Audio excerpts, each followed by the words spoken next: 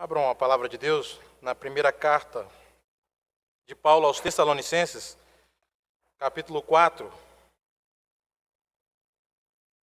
1 Tessalonicenses, capítulo 4.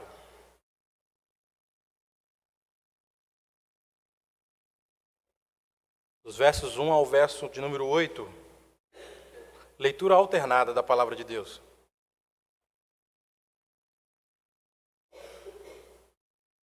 Diz assim a palavra de Deus: Finalmente, irmãos, nós vos rogamos e exortamos no Senhor Jesus, que como de nós recebestes, quanto à maneira por que deveis viver e agradar a Deus, e efetivamente estáis fazendo, continueis progredindo cada vez mais.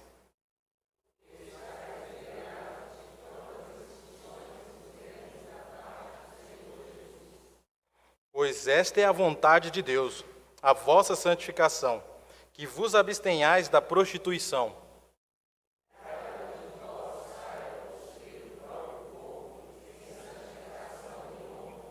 Não com o desejo de lascívia, como os gentios que não conhecem a Deus.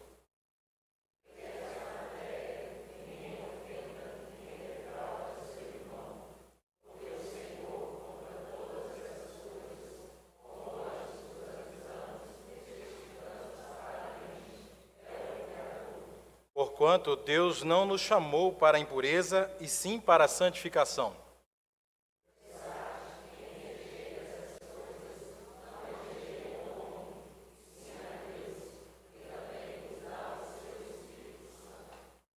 Deus, nós agradecemos ao Senhor pela oportunidade que nesta manhã nos concede, ó Pai, em Tua presença. Obrigado ao Deus, porque em Cristo nós temos esta liberdade de cultuar a Ti, de servi-lo, ó Pai, com toda a integridade. Que o nosso coração aqui, ó Pai, esteja realmente aberto para ouvir a Tua palavra e da mesma forma também aplicá-la em nossa vida, ó Deus. Que o Teu Santo Espírito também desvende os nossos olhos para que nesta manhã contemplemos, ó Pai, aqui a Tua maravilha, ó Pai, que está na Tua palavra. Louvado seja o Teu nome, em nome de Jesus. Amém. A questão da sabedoria é na prática. A aplicação de como nós devemos viver e proceder nos nossos dias. Se a gente ler todo o livro de Provérbios, você vai ver exatamente que a ênfase ali está na sabedoria. E o povo judeu, ele tinha como meta, nessa sabedoria, o viver, para que os incrédulos pudessem observar o seu caminhar na presença do Senhor. E é de muita relevância o que acabamos de ler aqui nesta manhã, porque Paulo está trazendo uma recomendação, uma igreja aqui que era modelo. Paulo esteve aqui nessa igreja, já não estava presente porque houve uma perseguição, então ele saiu da presença daquela igreja, mas deixou homens ali para continuar a obra. Mas Paulo recebeu de Timóteo um relato desta igreja, como essa igreja estava andando e caminhando na presença do Senhor. Então havia um progresso dessa igreja, uma igreja modelo para as demais igrejas que estavam ao seu redor. Só que Paulo, como um pai que ama a igreja, ele exorta, ele orienta, porque a gente sabe que a cidade de Tessalônica era uma cidade totalmente idólatra. O contexto em que eles viviam era a prática da imoralidade, a idolatria ao sexo. Então Paulo traz aqui uma recomendação a esta igreja para viver uma pureza moral do corpo, viver em santidade e em honra ao Senhor. E isso é de suma importância, porque é um assunto relevante, por mais que a gente entenda que, às vezes, as pessoas não levam tão a sério. Mas Paulo, como um pai que se preocupa com os filhos, ele recomenda que eles deveriam andar em santificação, progredindo ainda cada vez mais no processo de santificação. O que é santificação? Santificação ele tem vários sentidos, como separar-se do mundo, ou separar objetos para cultuar a Deus, como pessoas. E Joy Bick, no livro de Espiritualidade Reformada, ele traz uma citação de Calvino, que diz o seguinte: renunciando ao mundo e purificando-se da poluição da carne, nós nos oferecemos a Deus em sacrifício, pois não pode ser oferecido propriamente a Ele se não for puro e santo. Nós temos aqui um Deus santo, um atributo que é dele, e que Ele ainda compartilha conosco, e isso é um privilégio para nós. Porque desse atributo que é compartilhado com a gente, nós devemos transmitir, evidenciar a salvação através da santificação. Então a gente observa aqui que Paulo, ele traz um assunto específico a esta igreja. Ele toca num assunto que diz respeito à sexualidade. É claro que no contexto aqui, se você olha para a primeira carta de Tessalonicenses, ele aqui não está apontando como em Corintos, a igreja que estava vivendo realmente a prática da imoralidade dentro da igreja. Mas ele estava exortando esta igreja para tomar cuidado com respeito das imoralidades que existiam naquele contexto. É uma preocupação. E não é diferente dos nossos dias hoje, onde que a gente percebe que a pornografia ela vai tomando uma proporção desenfreada. Algo que é muito preocupante nos nossos dias. Paulo, nessa passagem, ele tem como objetivo de ajudar os crentes de Tessalônica a viver uma vida pura diante de Deus. Era uma recomendação de um homem como um pai, como uma ama que cuida do filho, exortar. E exortar em amor. Isso que Paulo estava trazendo a esta igreja, fazendo neste momento. E lá em Atos 15, 29, havia uma decisão do concílio de Jerusalém, onde alistou a fornicação entre as proibições cerimoniais feitas aos crentes gentios, tão amplamente aceitas era essa prática entre os pagãos. Paulo apresenta suas razões da maneira mais vigorosa possível, fundamentando a moralidade na vontade de Deus, sendo que o crente também é habilitado pelo Espírito Santo de Deus que habita em seu coração, para assim viver em santidade e em honra ao Senhor. Então a gente percebe que nesse contexto, Paulo, no final do capítulo 3, ele fala o seguinte, no versículo 13: a fim de que seja o vosso coração confirmado em santidade, isento de culpa na presença de nosso Deus e Pai, na vinda de nosso Senhor Jesus, com todos os seus santos. Paulo aqui, logo no final do capítulo 3, ele começa a falar de santidade. E no final do capítulo 5 desta carta, ele fecha o assunto de santidade. É muito importante esse assunto a ser tratado a nós diariamente, porque nós temos uma natureza depravada e corrompida por causa da queda. Então é um assunto que todos os dias nós, como crentes, devemos observar. Será que realmente eu tenho andado reto, íntegro diante de Deus, uma vida santa e pura? Por isso Paulo traz essa exortação. É um chamado divino para que a igreja viva irrepreensível no mundo corrompido. Então a gente vê aqui um chamado divino de Deus para que a igreja viva uma vida irrepreensível diante de um mundo corrompido. E o tema que eu quero abordar com os irmãos nesta manhã: Deus nos chamou a viver em santidade. Deus nos chamou, é um chamado divino, a viver em santidade. A primeira característica distintiva de uma verdadeira santificação está no versículo 3. Vamos ler em uma só voz? Pois esta é a vontade de Deus, a vossa santificação, que vos abstenhais da prostituição. Aí é aquele questionamento: como saber a vontade de Deus? Nas Escrituras. Talvez você fique fazendo tantos questionamentos a Deus. Deus, qual é a sua vontade? Ele já deixou revelado. E o que Paulo está trazendo a essa igreja, assim, Deus já deixou revelado aqui na sua palavra, da seguinte forma: esta é a vontade, que vos abstenhais da prostituição.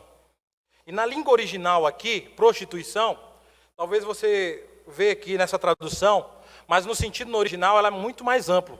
A palavra no significado aqui é porneia, aonde dá um sentido tanto para fornicação como para adultério. Esse é o sentido da palavra. E no sentido do adultério é quando o casal, diante da sua esposa, ele cobiça outra pessoa, ou vice-versa, ou de um solteiro, quando ele faz tentações, provoca a pessoa para viver uma vida prazerosa antes do casamento. Quanto à questão da sexualidade fora do casamento, é prazeroso, mas é prejudicial. Não brinque, pois depois é muito mais difícil parar. De que maneira você pode se abster da prostituição? De que maneira você pode se abster da prostituição? Sabendo possuir o corpo em santificação e honra a Deus. Queridos, isso é muito importante para a nossa vida, porque Paulo está falando para crentes. Porque os gentios já vivem esta prática. Então, como um pai que ama o seu filho, ele está exortando essa igreja a abster-se da prostituição. O cuidado em que eles deveriam não viver a prática daquele mundo. Um mundo totalmente erotizado, corrompido. Onde tinha a prática lá das prostitutas cultuais. Então, era uma cidade totalmente idólatra ao sexo. Mas Paulo recomenda a esta igreja: olha, eu ouço muito bem da igreja, mas o cuidado que vocês devem ter, se abster-se da prostituição, fugir da aparência do mal. Vivemos em uma sociedade que idolatra o sexo hoje ainda. Isso é uma luta tanto para casados como para solteiros. A gente vê exatamente nas propagandas de cervejas, que é algo que eles colocam aí na televisão, apelativo, em filmes, em minisséries. Isso se tornou muito mais fácil entrar dentro da nossa casa. E o reverendo Charles, ele deixou um artigo escrito no Facebook com respeito da Playboy. Era algo que talvez para nós pensamos o seguinte: era uma vitória, porque a Playboy já não ia mais trazer materiais impressos, porque eles estavam tendo prejuízo. Só que ele deixou muito claro, falou assim: não há uma vitória nisso. Porque eles reconheceram que através da internet é algo mais lucrativo. Algo que se tornou mais fácil. Em vez de a pessoa ir para uma banca de jornal, comprar uma revista, era muito mais fácil clicar em sua própria casa. Então a recomendação para nós hoje é abster-se. É correr, é fugir mesmo dessas coisas. E é algo que tenazmente vem nos assediando. A santificação, queridos, é um lado visível da salvação. Porque evidenciamos que somos salvos como buscamos realmente refletir a santificação, um atributo de Deus em nós. Onde as pessoas veem e olhem e percebem: vai ali um homem santo, ainda não, já e o ainda não. Vai ali uma mulher santa e caminha na presença do Senhor. Pois somos para com Deus o bom perfume de Cristo. Quando Paulo fala em 2 Coríntios 2, 14 e 15. Pois somos para com Deus o bom perfume de Cristo. É Deus que nos santifica e nos habilita a lhe oferecer, a lhe obedecer, e nos orienta na sua palavra o dever de conduzir-nos a refletir este chamado. Isso é importante para nós, reconhecermos isso. Por isso que Paulo ele sempre colocava na submissão. E ele falava o seguinte: é na fraqueza que se aperfeiçoa o poder de Deus. É quando sou fraco, é aí que sou forte. É realmente reconhecermos que, olha, eu sou fraco. E pedir a Deus que o oriente e que o encaminhe a viver em santidade. Porque o Espírito Santo que habita em nós, que nos habilita nesta condição.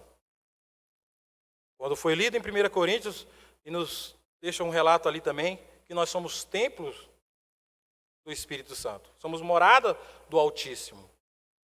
Então, pois, glorificai a Deus no vosso corpo, em santidade e em honra. Mas a segunda característica aqui, de uma verdadeira santificação, está em possuir de maneira correta o seu corpo. Versículo 4. Mais uma vez, em uma só voz. Que cada um de vós saiba possuir o próprio corpo em santificação e honra. Queridos, a palavra corpo aqui no original é vaso.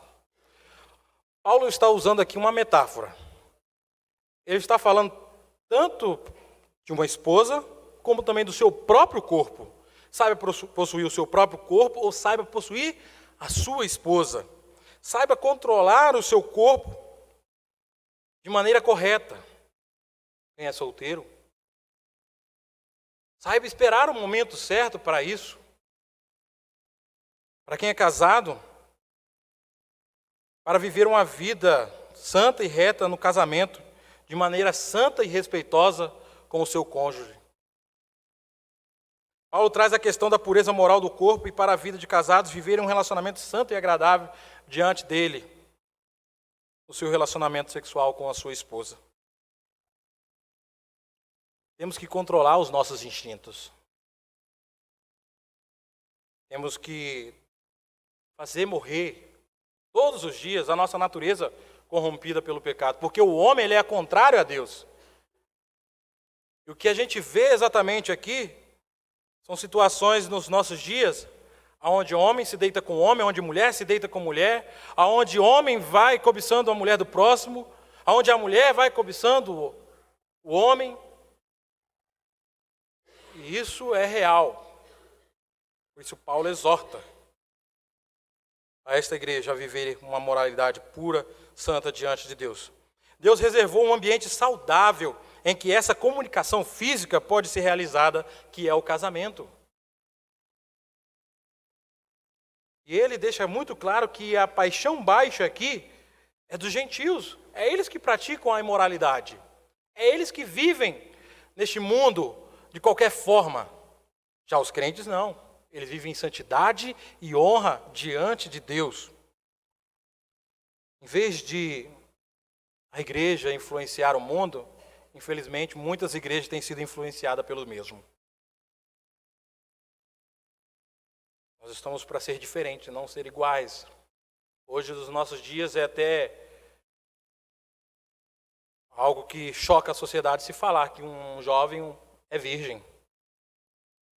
Isso é puro, isso é santo, agradável diante de Deus. Por isso, Paulo traz essa recomendação. A viver em santidade.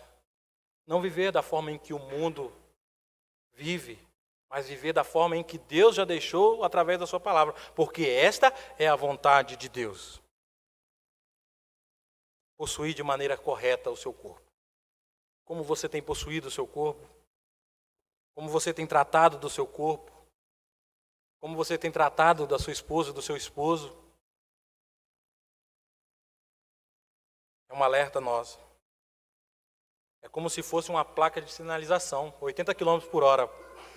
Passando deste limite, pode acontecer algo e as consequências podem ser graves. Há um limite aqui para nós. Ultrapassando, transgredindo, estaremos pecando e as consequências serão graves.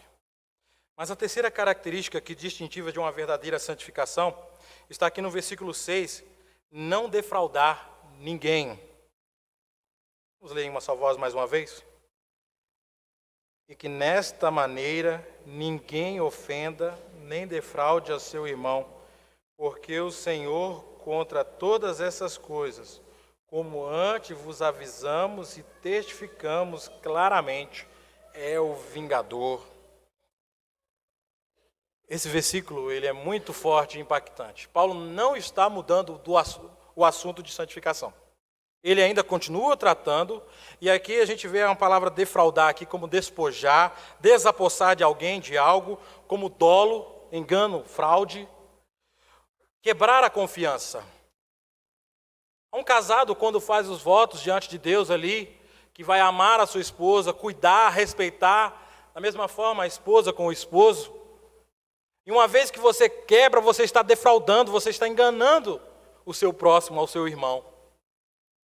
Já a vida de solteiro é quando você seduz a sua namorada ou o seu namorado, sabendo que os limites não podem ser ultrapassados. Você está enganando, você está defraudando ao seu irmão, ao seu próximo. E Paulo deixa recomendado aqui, não defraude a ninguém, não engane. E isso é muito importante, porque o versículo ele deixa as recomendações dizendo que Deus é o vingador. Reverendo Paulo Fontes, lá no seminário, na capelania, ele diz o seguinte: nenhum pecado ficará impune diante de Deus. Nenhum pecado. Ou ele foi pago na cruz, e se você recebe ainda uma disciplina aqui, agradeça a Deus por isso, ou ele será pago no inferno. Nenhum pecado será impune diante de Deus. Deus que tudo vê. Ele sonda e conhece os nossos corações e o intento das nossas vontades. Paulo fala com os crentes que não deve fazer isso com o seu próximo. Muitas pessoas hoje vivem em sites pornográficos ou vivem um relacionamento sexual ilícito. Queridos, isso é muito impactante porque nas reuniões do Supremo Concílio, o que dá de pastores despojados por práticas da imoralidade. E isso é um alerta. É uma recomendação que o apóstolo Paulo está trazendo a esta igreja. Viva em santidade e honra. Não engane. Não desonre ao seu próximo, mas honre. Pois Deus é o vingador. Ele vai cobrar. Ele vai cobrar tudo isso. Ele conhece. Não adianta que talvez você pense, a igreja não sabe, o pastor não sabe, o conselho não sabe, mas Deus tudo sabe.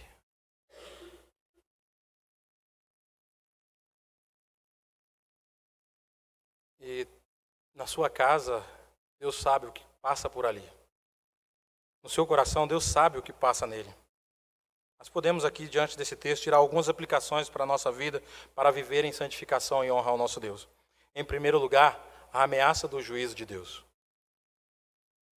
E essa recomendação do juízo de Deus, dessa notificação em que Paulo traz, exatamente isso. Cuidado, Deus vai vingar. E quão maravilhoso é saber que Deus, como um pai, nos ama e ainda nos exorta. Mude, é tempo de mudança. É tempo agora de você se abster. Se hoje você ainda pratica, fuja, não pratique mais. Há um tempo de mudança, porque vai chegar o juízo. O juízo de Deus virá.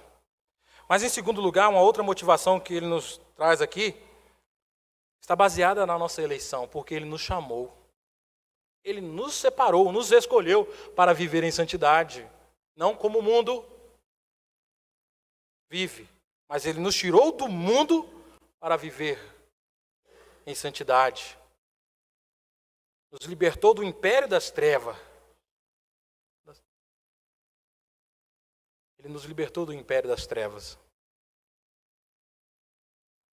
Nos trouxe para o reino do Filho do seu amor, com o propósito de viver em santidade. Isso é uma outra motivação pelo qual eu e você devemos viver em santificação e honrar o nosso Deus. Em terceiro lugar, há uma ordenança de Deus para viver resistindo a essas paixões. Porque esta é a vontade de Deus. E quando ele fala dessarte, quem rejeita essas coisas, não rejeita o homem, e sim a Deus. Há uma ordem aqui para a gente viver em santidade e honra ao nosso Deus. Descumprindo, estamos pecando. Porque o que é pecado? Pecado é qualquer falta de conformidade com a lei de Deus ou qualquer transgressão desta lei. Estamos descumprindo uma ordem de Deus, estamos pecando.